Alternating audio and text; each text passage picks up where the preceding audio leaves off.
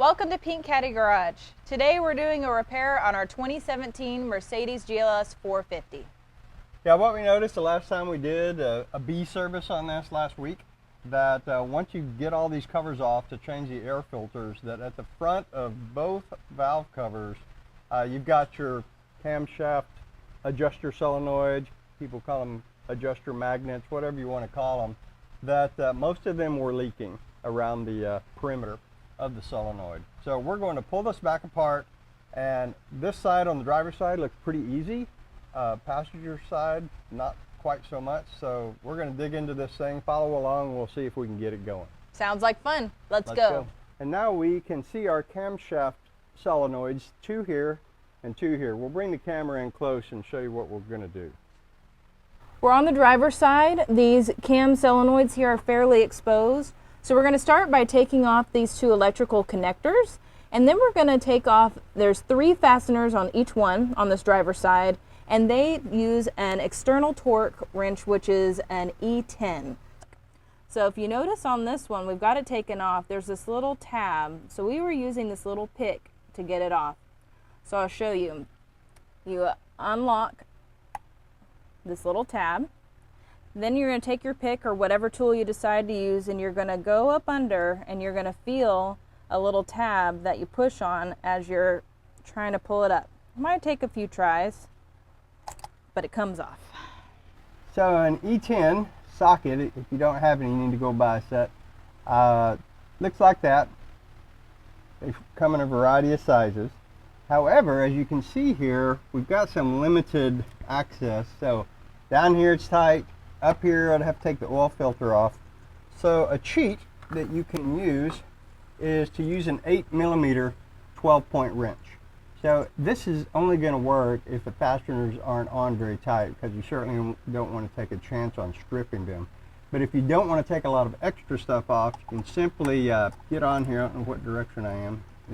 It fits perfectly, and you'll be able to loosen things without necessarily taking some things off unnecessarily. And this is really going to come in handy on the other side of the engine, I have a feeling. So let's get these off. That is the Pink Caddy Garage tip of the day. All right, we're ready to take our first one out. So just get little wires and things out of the way, and it should pull out, and it does easily. Doo -doo -doo -doo. What happens is we've got a seal here that gets hard over time, maybe shrinks a little bit, and lets this leak. And I know it doesn't look too bad right here, but here's a picture of what it looked like before I cleaned it up. And that's the sign you're going to be looking for, is that oil leaking down underneath, that these things need to be replaced. All right, before we put our new one in, we're just going to wipe around the perimeter here to make sure we don't have any oil. It's going to seep out. And then we're ready to unpackage our new solenoid. Here is our new solenoid in the bag. There is the part number. I bought these from FCP Euro on their website. A lot of different places sell them. But I was looking at reviews, and a lot of people also complained about leaks and things on the camshaft solenoids that they bought. So I went ahead and spent quite a bit more money and got one that I was confident in. You know, they look the same. So we're going to get that in there. Okay, so because we have an O-ring there, we're going to grab a little bit of engine oil off of that, just a little bit that we've got down there in the hole. And there is our, you see the O-ring around the perimeter, just a little bit of oil so it goes in nice and smooth. And then we pop that in the same relative position as the other one. So thicken straight up, and then we're going to get our fasteners in.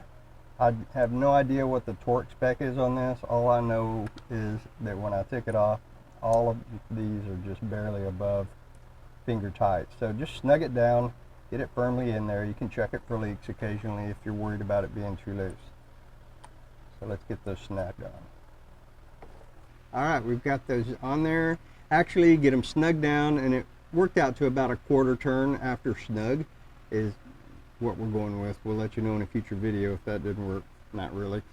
And then you want to get that connector back on. So Ashley, if you knock that down, you should feel it click, and then push the lock down, and that'll,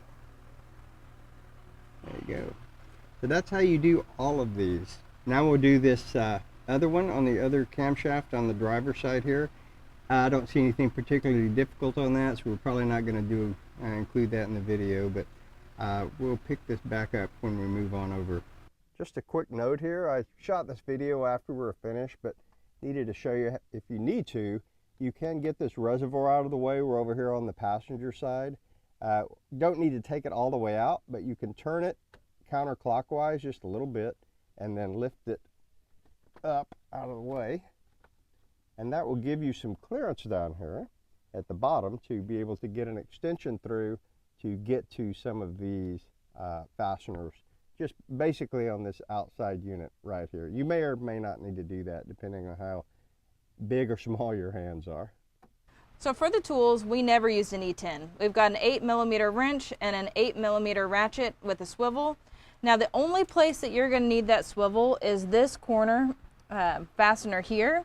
Otherwise, as Dad showed you, you can lift this reservoir, you can take your swivel off and just go straight underneath, and then use your wrench for everything else just about that you can't get your ratchet on. Otherwise, it's fairly simple to get to all of them with these two tools instead of trying your E10.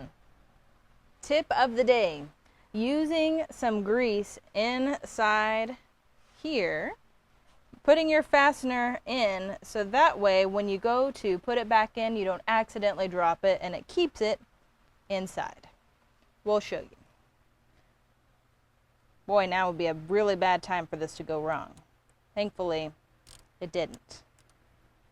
All right, we've got those buttoned up. Thanks to the grease trick, we didn't lose any fasteners. And then we just got to put the electrical connectors back on. So shove them on. We're going to get a close-up of what, there you go. When it's locked down like that, that's what you need. Here's where you want to be at the end of this project. 4 new magnet solenoid camshaft round things, whatever they're called. They're in. Pretty easy job. Just the precarious part is you don't want to drop any of these fasteners down there because you might never see them again. Well, as Dad said, this is a really easy job. Next oil change, just check and make sure it's dry and there's no leaks.